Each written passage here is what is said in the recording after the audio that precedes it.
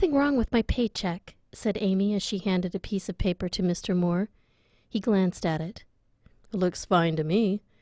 "Well, I see where I got the overnight pay, but it also says I'm getting hazard pay for those shifts. Don't get me wrong, I don't mind the extra money. I just don't want it to bite me down the road." He sat up in his chair. "No, that's right. You're working the tropical house, correct?" "Yes." He paused. "And Steve hasn't told you about the flower?" Amy looked at him confused. This was a botanical conservatory, so it was nothing but flowers, no matter which greenhouse she was assigned to. "I'm going to kill him," said Mr. Moore.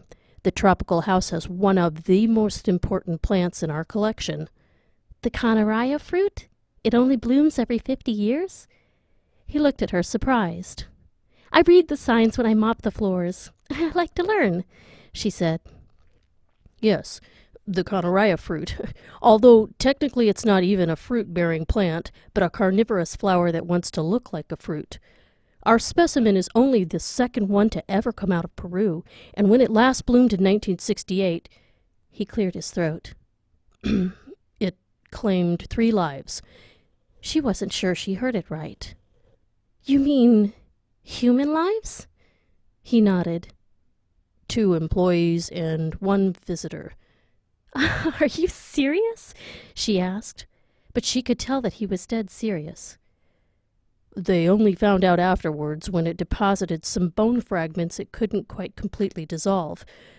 Well, by then the flower had closed and it was too late to figure out exactly what had happened. The consensus is that somehow it was able to lure these people into its trap and—" He smiled awkwardly. "Well, that's it. Hence the hazard pay." She didn't know how to feel about this. "So what am I supposed to do?" "Nothing, really. They fixed the layout of the room, so if you just stay on the walkway, you should be safe. That said, we want you to be alert. That's why it would have been nice of Steve to go over this." He handed her back her pay stub. "Follow the same protocol we have for all the other plants. Don't water it. Don't try to care for it. Somebody else is getting paid to do that.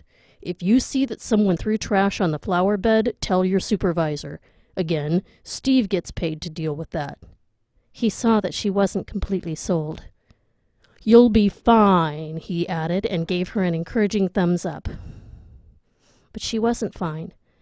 For the next 11 days, she went to work with a knot in her stomach.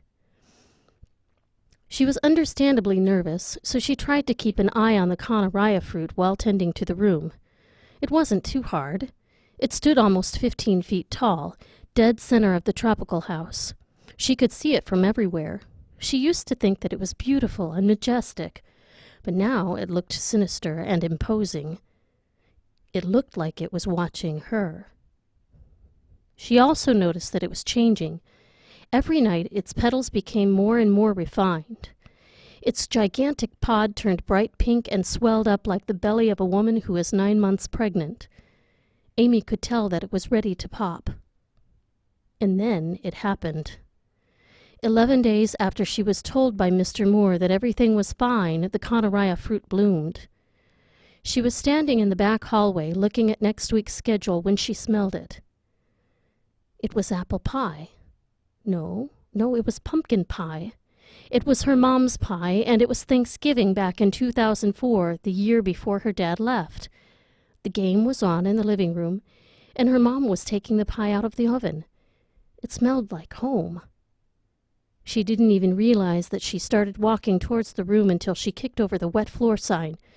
She shook her head. A new smell. It was Old Spice, the kind that comes in a spray. Michael was wearing it when he sat next to her in 7th grade. He wrote her a poem once. Her heart was pounding. A new smell. Old furniture and tobacco, her grandfather's apartment where she spent all those summer nights as a child.